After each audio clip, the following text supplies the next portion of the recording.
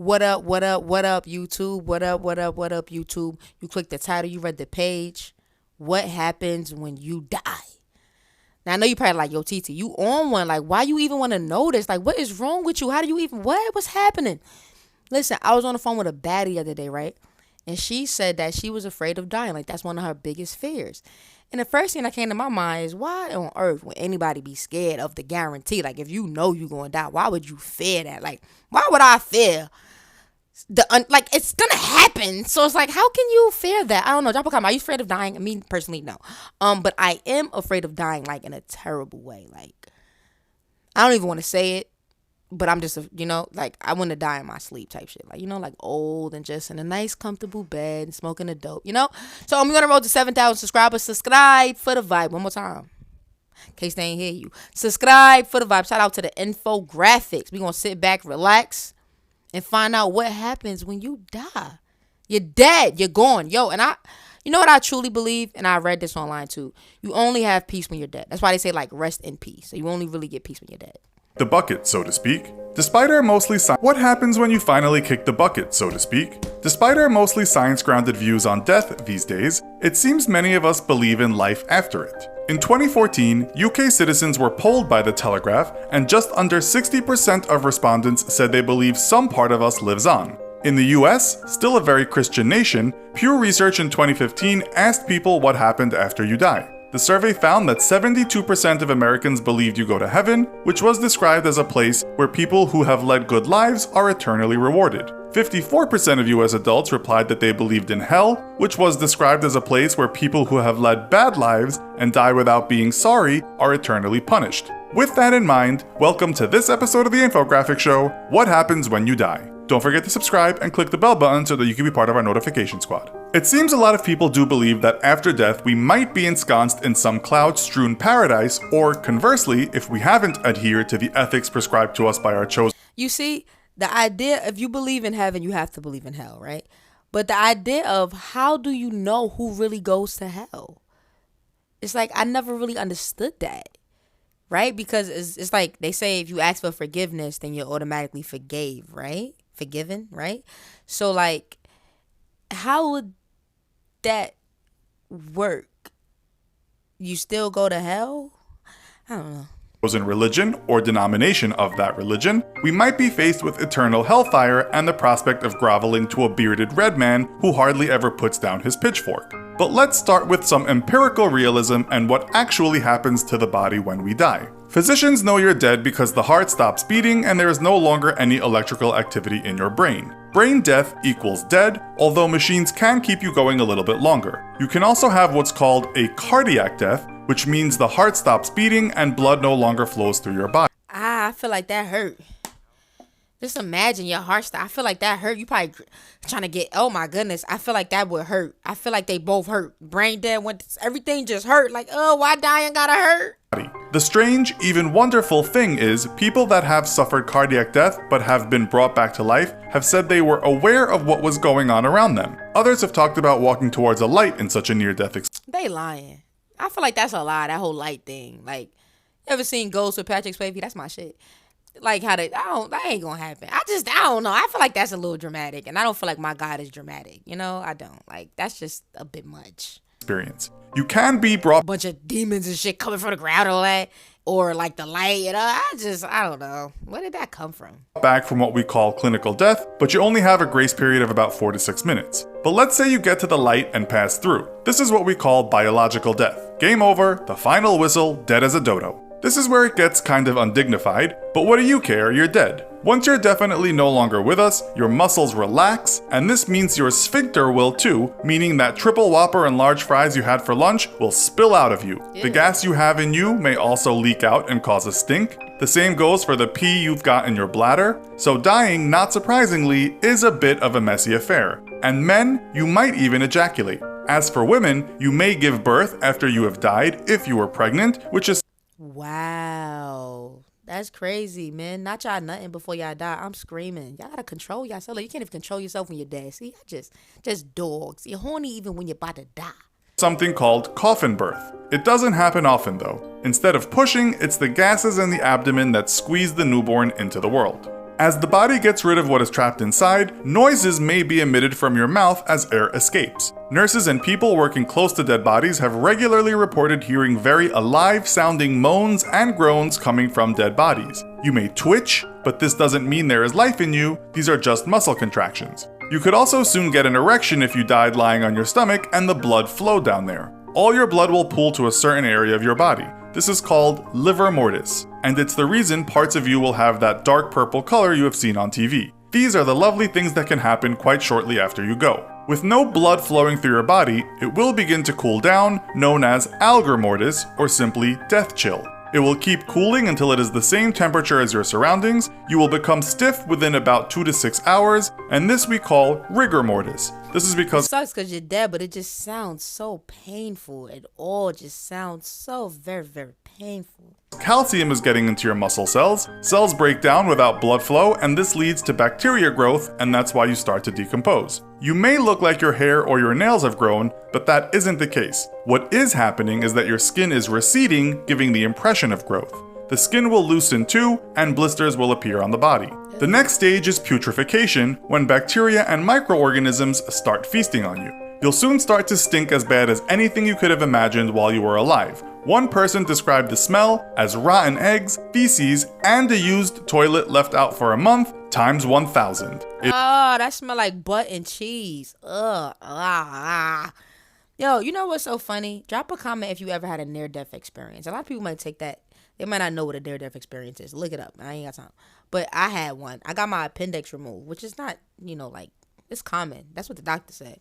So my appendix was inflamed. And when I went there, I've never been in that much pain. Like, the girl I was with at the time, she was like, no, you're going to the hospital. That girl saved my life, still to this day. That's the only girl that I've ever been engaged to. Because if it wasn't for her, I would be dead. Because I was not going to go to the hospital. I was just going to drink ginger ale all day. I don't know where black people get this whole drink ginger ale, you're going to be good. But yeah, I was in so much pain. Long story short, I get to the fucking hospital. They do the exam. This lady's running toward me. What's happening? What I got? She running toward me. She's like, we got to get you to surgery now. Like, right now. What? Like, it all happened so fast. I just remember, like, being on a bed. To be honest, if I had the choice, like, it was kind of like, I don't even feel like I had a choice. Like, she just was like, got to get you into surgery. I probably would have said no. Because I'm such a strong believer in God that, I don't know. I felt like if I was supposed to die, then maybe I should have just died. I don't know. Maybe I'm crazy. But if I had the option, I would have said no. And what was supposed to happen was supposed to happen. But it happened, and I'm here.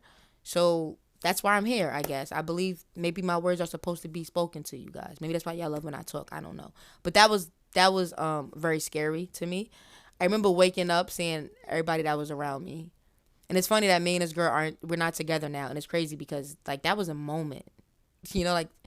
Like she was, like, I woke up and she was literally, like, my mom, my sister, and one of my cousins was right there. But her, I just remember seeing her. Like, 'cause she was the reason why I even went in the first place.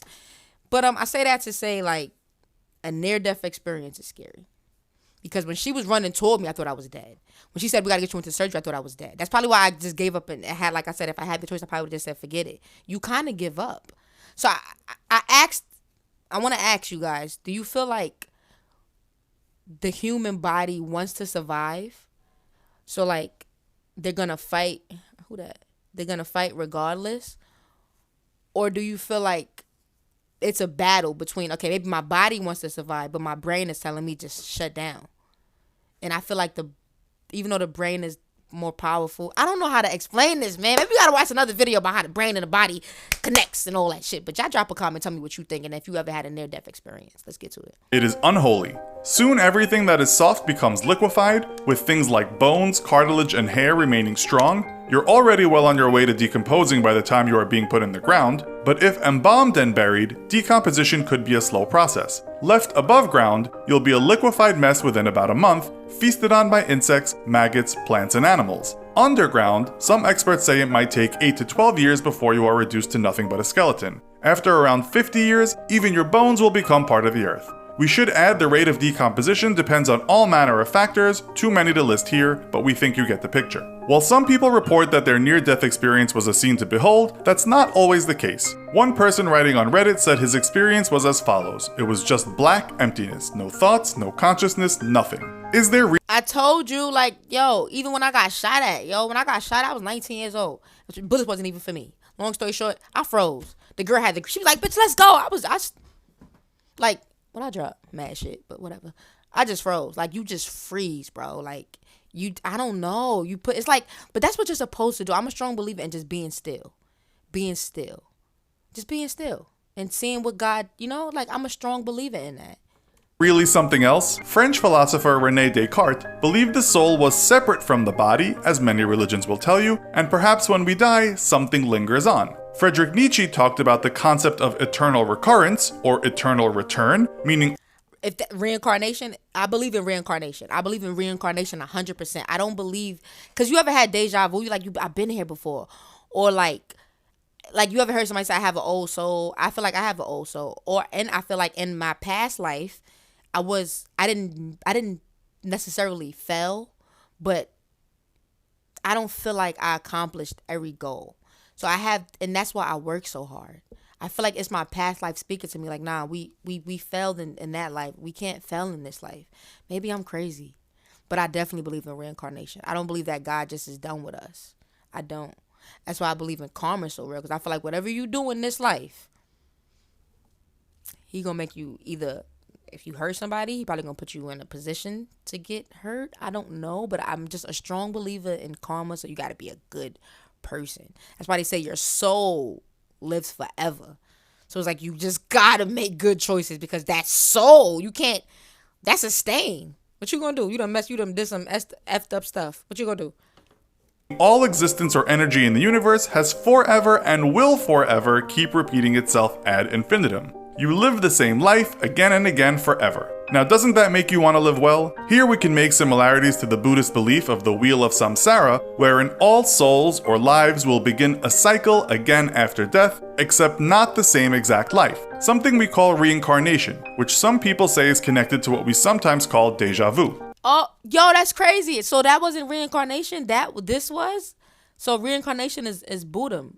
I said Buddhism. I'm crazy. I'm high. The Buddhists believe, let me shut up.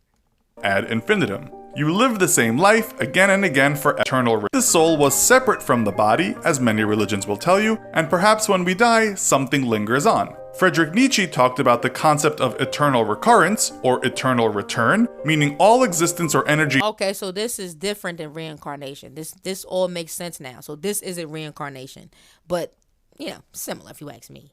In the universe has forever and will forever keep repeating itself ad infinitum. You live the same life again and again forever. Now, doesn't that make you want to live well? Here we can make similarities to the Buddhist belief of the Wheel of Samsara, wherein all souls or lives will begin a cycle again after death, except not the same exact life. Something we call reincarnation, which some people say is connected to what we sometimes call deja vu. Buddhists believe we can end this vicious cycle if we can become truly enlightened, therefore achieving nirvana. Or do we make our way to heaven after our bodies stop working? Oh, that's how the end of reincarnation is supposed to work? I just thought it just happens over and over again. So I kind of believe in the reincarnation and the previous theory. I believe in them both, Tipping our cap to St. Peter at the pearly gates, hoping he won't deny us entrance for stealing that candy bar when we went on a school trip to Niagara Falls. Will we be taken into paradise? Yo, that is just crazy. Like, A place replete with excellent foods and gorgeous maidens that make like God gonna be like, nah, I can't let you in because you hit your little brother because he was acting up or something. I don't know. Like, I just